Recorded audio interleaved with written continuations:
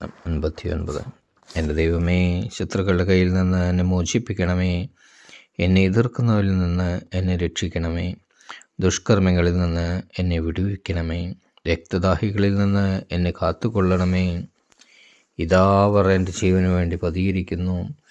ക്രൂരർ എനിക്കെതിരെ സംഘം ചേരുന്നു. കർത്താവേ, ഇതിൻ്റെ അതിക്രമമോ പാപമോ നിമിത്തമല്ല, എൻ്റെ തെറ്റുകൾ കൊണ്ടല്ല അവർ ഓടിയെടുക്കുന്നത്. ഉണർന്നെഴുന്നേറ്റ് എൻ്റെ സഹായത്തിന് വരണമേ. അങ്ങ് തന്നെ കാണണമേ.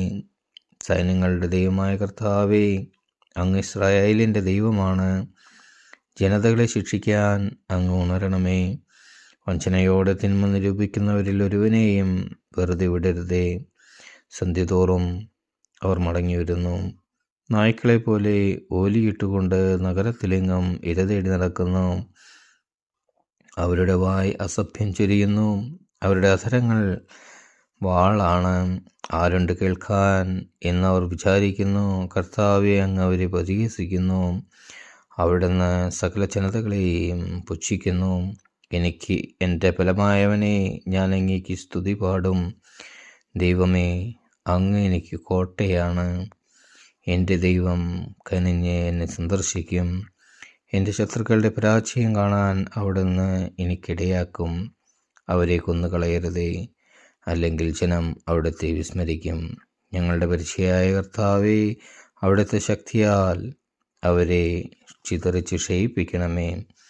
അവരുടെ വായിലെ പാപനിമിത്തം മധുരങ്ങളിലെ വാക്കുകൾ മൂലം അഹങ്കാരികളായ അവർ കെണിയിൽ കുടുങ്ങട്ടെ.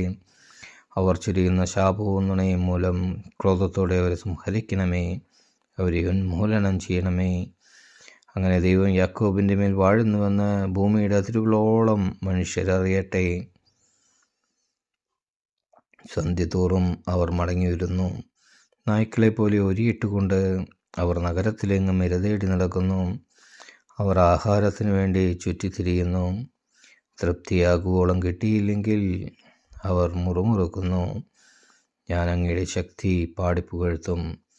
പ്രഭാതത്തിൽ ഞാൻ അങ്ങയുടെ കാരുണ്യം ഉച്ചത്തിൽ പ്രകീർത്തിക്കും. എൻ്റെ കഷ്ടതയുടെ കാലത്ത് അങ്ങ് എൻ്റെ കോട്ടയും അഭയവുമായിരുന്നു.